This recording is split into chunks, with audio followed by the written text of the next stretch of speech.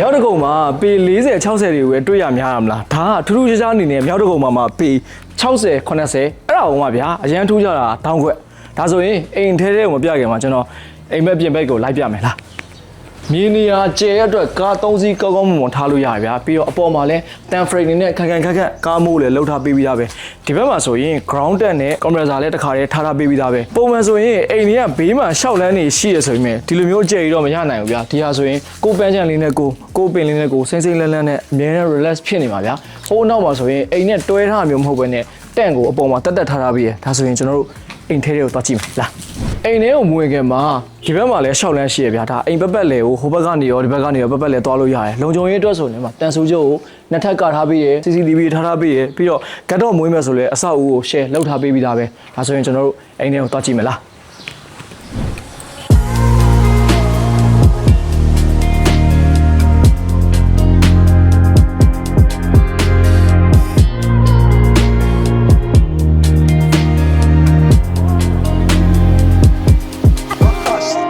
ဒီအိမ်ကမြေခွက်ပဲအားသာချက်အနေနဲ့ထူးခြားမှာအိမ်ရဲ့ပြင်ဆင်ပုံကလည်းထူးခြားနေဗျာကျွန်တော်တို့ဟုံးတိုးလုပ်ခဲ့တဲ့အိမ်တွေနဲ့မတူဘူးကျွန်တော်တို့မြင်ဘူးနေကြအိမ်တွေနဲ့မတူဘူးဒီအရှိမဆိုရင်ရင်ခွဲတကားကိုတုံးထားပြီးရဒီဘက်မှာဆိုရင်အလင်းရောင်ကောင်းကောင်းရအောင်တစ်ဖက်တစ်ချက်စီမှာမှန်နေဖောက်ထားပြီးရ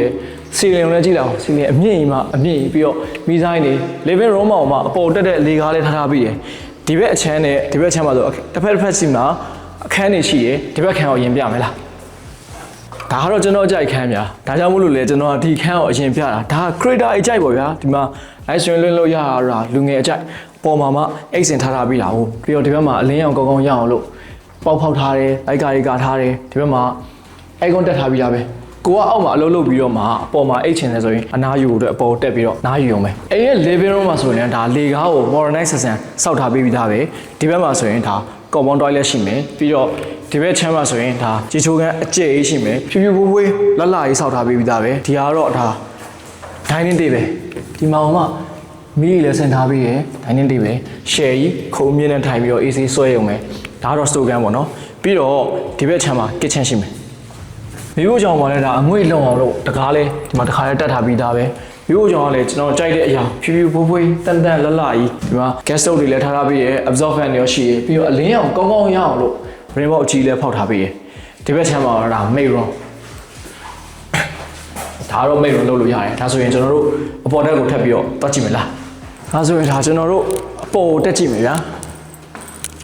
ဒီကနေလမ်းပြီးတော့ကြည့်လို့ရတာလေဒီ brand ကနေကြည့်လို့ရတာတွေကမိုက်တယ်ပြီးတော့အလင်းအောင်ကောင်းကောင်းရအောင်လို့ဖောက်ထားတာအလင်းအောင်ကောင်းကောင်းဝင်တာလည်းမိုက်တယ်ဒါကတော့ဖျားလမ်းပေါ့နော်ဒီဘက်မှာဆိုရင်တော့ဒါ basin ရှိမယ်